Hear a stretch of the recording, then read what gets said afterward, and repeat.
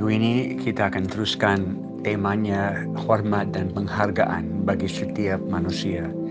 Dan judulnya jamahan orang yang dilupakan. Pernah saudara di dalam mungkin bis atau taksi atau mungkin truk, uh, ada banyak orang dipanggil dan semua masuk, dan satu taksi full atau satu bis full atau di belakang truk muatan dan ada puluhan mungkin 100 orang mendesak tambah satu lagi karena semua mau ke pantai atau semua mau ke tempat acara. Jadi kamu salah satu di antara banyak orang dan terdesak-desak sampai mungkin sesak nafas. Bisa rasakan apa yang saudara mau pada saat itu. Rasa ini waktu bisa ada jamahan Tuhan atau waktu mau cepat keluar dari situasi itu karena tidak bisa tahan. Ingat rasa itu sambil saya baca dari Markus 5 ayat 24 sampai 34, di mana kita melihat Yesus baru menyembuhkan atau melepaskan orang gerasa dari banyak roh jahat. Dia menyeberang danau Galilea, dan waktu dia tiba di pantai banyak orang datang dan ada orang pemimpin agama Yahudi, sinagoga di situ, Jairus dia minta anaknya disembuhkan, dan dia mau bawa Yesus ke tempatnya, tapi waktu dalam perjalanan banyak orang datang dan ini terjadi. Lalu pergilah Yesus dengan orang itu dan sangat banyak orang mengikuti mereka. Mereka berdesak-desakan di sekelilingnya. Di antara mereka terdapat seorang perempuan yang sudah 12 tahun menderita pendarahan. Ia sangat menderita dan banyak dokter telah merawatnya. Uangnya habis untuk membayar mereka, tetapi ia belum juga sembuh, malah lebih parah lagi. Ketika ia mendengar tentang Yesus, ia mengikutinya bersama banyak orang itu. Kemudian dia menjama pakaiannya. Kata dalam hati dia, asal aku dapat menyentuh pakaiannya saja, pasti aku sembuh. Ketika perempuan itu menyentuh pakaiannya, pendarahan langsung sembuh. Perempuan itu merasakan dalam tubuhnya bahwa ia sudah sembuh. Yesus juga sadar bahwa ada kuasa yang keluar dari dirinya. Ia berhenti lalu melihat ke kiri, lihat ke kanan serta bertanya, siapa yang menyentuh pakaianku? Murid-muridnya menjawab, engkau sendiri melihat begitu banyak orang berdesak-desakan di sekelilingmu. Mengapa engkau bertanya siapa yang menyentuh aku? Yesus terus mencari orang yang menjamahnya di sekelilingnya. Perempuan tadi gemetar ketakutan. Dia tahu bahwa apa yang terjadi padanya. Lalu ia maju dan bersujud di hadapan Yesus dan dia mengaku perbuatannya. Lalu kata Yesus kepadanya, ibu, imanmu sudah menyembuhkanmu. Pulanglah dengan damai sejahtera. Engkau sudah bebas dari penyakit. Jamahan, orang yang dilupakan. Ibu ini dia orang yang menderita terus lama dan putus asa.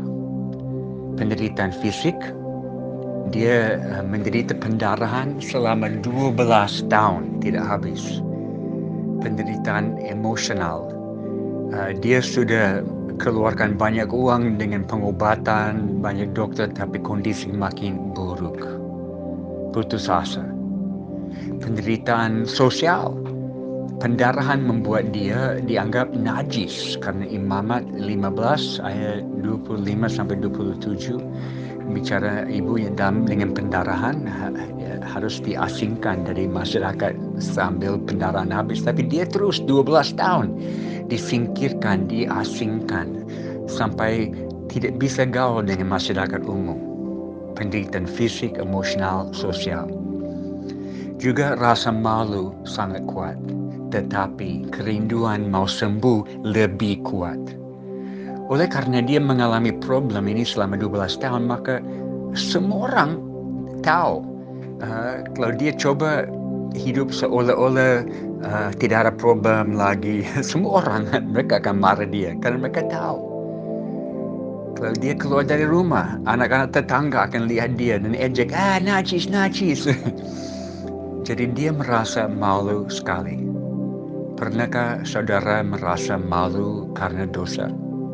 Semua orang tahu tentang problemmu, tentang kejatuhanmu. Kamu dilabel sebagai orang gagal, orang najis. Adalah dua pilihan. Bisa memilih untuk tenggelam di dalam rasa malu, atau bisa memilih untuk bangkit dan mencari Yesus. Ada orang yang rasa, ya orang lain bisa bangkit, tapi saya tidak bisa. Itu rasa bersalah yang tidak datang dari Tuhan.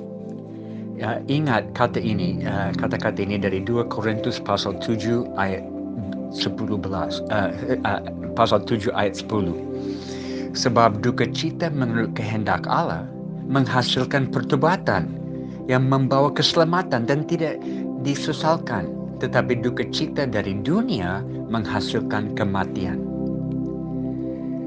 Jadi rasa bersalah yang datang dari Roh Kudus di dalam hatimu dan hati saya akan membuat keinginan untuk membereskan dosa itu, bukan tenggelam dengan putus asa. Rasa malu itu bisa kejar kita sepanjang umur hidup. Bisa melumpuhkan seorang secara rohani sampai tidak bisa maju, tidak mau maju bersama Tuhan. Tapi kerinduan ibu ini lebih kuat daripada rasa malu dia. Dia keluar dari rumah tidak peduli dengan siapa yang melihat dia. Dia lihat banyak orang tidak apa-apa. Mereka semua berbondong-bondong mengelilingi Yesus. Susah mendekat Yesus, tapi dia tidak menyerah. Dia tidak tunda keputusan. Oh, ini banyak orang, lain hari saja. Tidak. Kita selalu tunda keputusan atau langkah. Roh Kudus lewat firman bicara kepada kita, oh ya saya harus responi ini, tapi besok, lusa, kita selalu tunda. Dan itu strategi iblis supaya kita tidak langsung terapkan firman. Waktunya kita tersentuh di dalam hati oleh Roh Tuhan. Ibu ini tidak tunda. Dia usaha keras sedikit demi sedikit, langkah demi langkah. Tidak sopan, dia ada di bawah. Dia cari jalan bisa lewat semua orang dari di bawah tidak kelihatan mungkin. Sampai dekat karena dia harus sampai ke Yesus. Ini bukti kerinduan. Sampai dia ulurkan tangan dan ujung jari menyentuh pakaian ujung jubah Yesus. Dia tidak minta waktu bicara dengan Yesus. Dia tidak minta waktu counseling dengan Yesus. Dia tidak minta hamba Tuhan mendoakan saya khusus. Dia hanya yakin kalau dia dekat, sentuh jubah Yesus bisa cukup. Wow, luar biasa iman itu. Dan kesembuhan terjadi karena kerinduan besar itu. Dan kita harus sadar ada harga untuk melihat seseorang disembuhkan. Ibu ini menjamah Yesus dengan iman. Dan Yesus tahu. Ibu tahu dia sembuh, Yesus tahu ada kuasa keluar dari dia. Sesuatu keluar, dia sadar kuasa kesembuhan sudah keluar. Dia mengetahui ada orang yang jamah dia dengan iman. Yesus selalu tertarik. Belas kasihan keluar dari dia waktu dia dijamah dengan iman. Dan dia tanya, siapa jamah saya? Nah, murid-murid tidak mengerti. Mereka pikir ini banyak orang jamah kau. Tapi Yesus bermaksud, karena dia tahu sesuatu dari diri dia keluar waktu dia dijamah dengan iman. Ada harga untuk dilayani oleh Yesus. Harus siap datang kepada dia berapapun harganya dan berapapun susahnya. Ada harga untuk melayani orang lain. Harus siap memberi dirimu kepada mereka. Bukan hanya pelayanan tabrak lari dan tinggalkan, tapi harus beri dirimu. Yesus tahu dia beri sesuatu dari diri kepada perempuan ini. Dalam pandemi COVID ini, kita tahu banyak online, banyak lewat WA atau rekaman. Tapi percuma kalau ini hanya dengar dan lupa. Kami mau beri diri di dalam semua yang diberikan kepada saudara di jemaat kami dan di tempat lain. Siapa yang dapat rekaman ini, kalau tidak ada refleksi, tidak ada responi firman, percuma kami buat semua ini. Langkah demi langkah, tiap hari kita harus mendekat kepada Yesus, ulurkan tangan dan jamah Dia.